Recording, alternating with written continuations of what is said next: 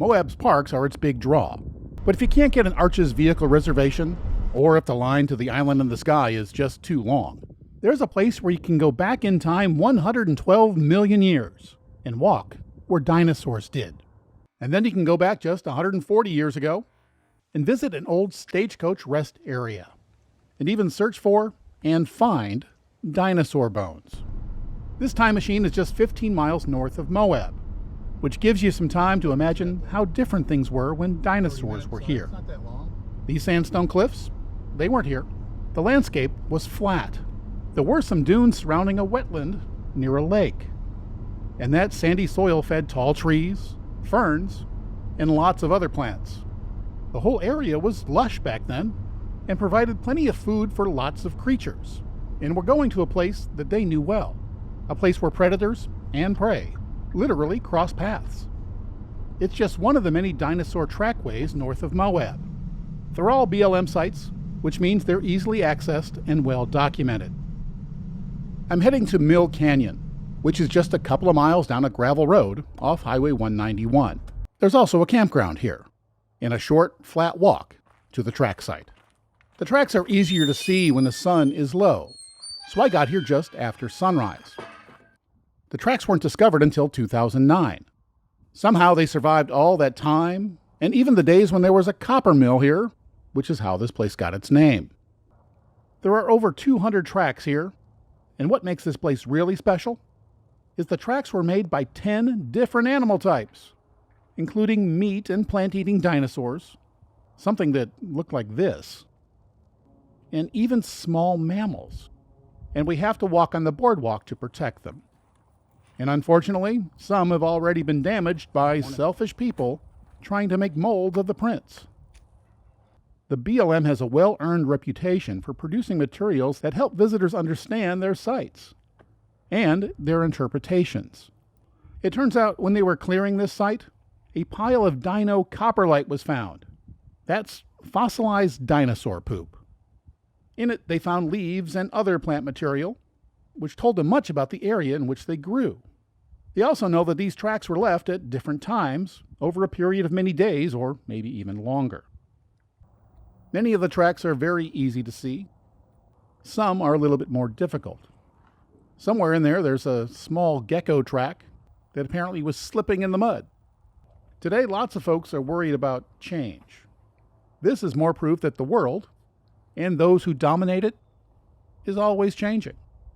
The successful adapt to the conditions. There's another sign of change that's much more recent, just a couple of 100 yards away. It's the ruins of an old stagecoach site. Road trips were a bit tougher in 1883, when this was built. This is a stagecoach. Some got to sit inside the wagon, but some did not. And all were behind several very smelly horses.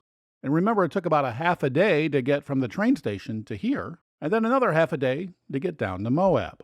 And of course, they didn't have roads back then. Even the dusty road into this area would have been very welcome back then. Most of the wagon routes looked more like this hiking trail.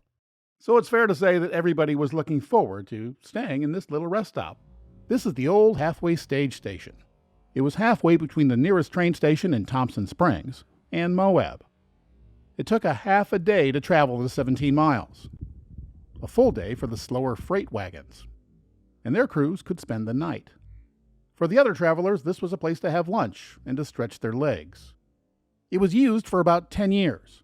Apparently they ate and drank canned goods and cooked in iron pots, at least until they broke. And it's really nice to see these relics are still here. Gives you a little idea of what life was like back then. There were also accommodations for horses, with a long water trough and a corral. Because of the area's topography, this area has been used by travelers for hundreds of years. Not far from here, the old Spanish Trail passes through. Before the Oregon Trail, it was a popular route to the West Coast. There are several old dirt tracks out here. One leads to the old copper mill that gave this area its name. And I wanted to explore one of them, but a local told me that it might be a bit too rough for my Hyundai. It's the one where dinosaur bones are sticking out of a rock face. I've never seen such a thing, and I was hoping to check it off my list. But, oh well. If you're lucky enough to make it up there, look for this sign put up by the BLM. It's right in front of two fossilized dinosaur leg bones that are still in the rock. Our next track site is just another couple of miles up the road on Highway 191, but on the other side. It's down another dirt road that's quite popular with jeepers and those looking for mountain biking trails. Once again, the BLM has provided some handy information. On this side, we learned that the tracks we're about to see were made 150 million years ago. That's 38 million years older than the ones we saw on the other side of the road. On the other side of the board, we learned that the tracks we're about to walk in were the first sauropod tracks found in Utah. And sauropods, they're the large plant eaters. And I find this line particularly interesting. The BLM encourages social media posts. This is in stark contrast to the National Park Service, which requires a filming permit to shoot video, and in most cases stills, in every national park and national monument. Here's the Park Service webpage as proof. It specifically mentions YouTube and TikTok, or any commercial social media site like Facebook or Instagram or any of the others, because they're commercial enterprises. This incredibly unfair law went into effect on October 28, 2022, and it needs to be changed, and we all need to do our part to make that happen. Anyway, that's enough of that. Luckily, now we're in a social media-friendly BLM site. The trail to this track site isn't exactly flat, and I know that some of you will ask, so no, this one is not suitable for wheelchairs. It's only a couple hundred yards up the slope to the site, and it only takes a few minutes to climb its 80 feet, which is enough to provide a nice view. There's no boardwalk here, and the footprints are huge. These were left by that large plant eater, a sauropod. And yes, apparently we are allowed to step in them, which I got to say is kind of fun. I'm literally stepping where it did 150 million years ago. There's also some three-toed tracks. Had a bit of a limp. The track on one side isn't as deep as the other. It's like he was favoring it in some way. And you got to wonder what it got in a fight with to cause it to limp.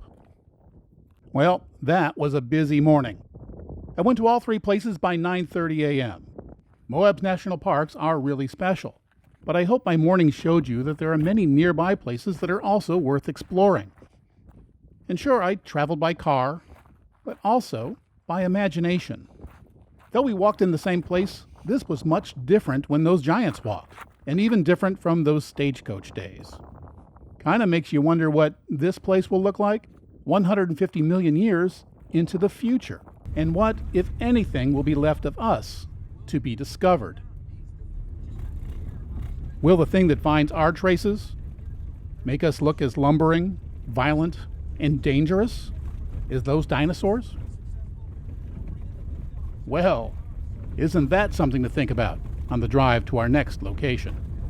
For the next video in the playlist, I'm going to take you to one of my favorite places to take pictures. Not just in the Moab area, but anywhere. It's an amazing place, especially at sunrise. It's called Dead Horse Point State Park.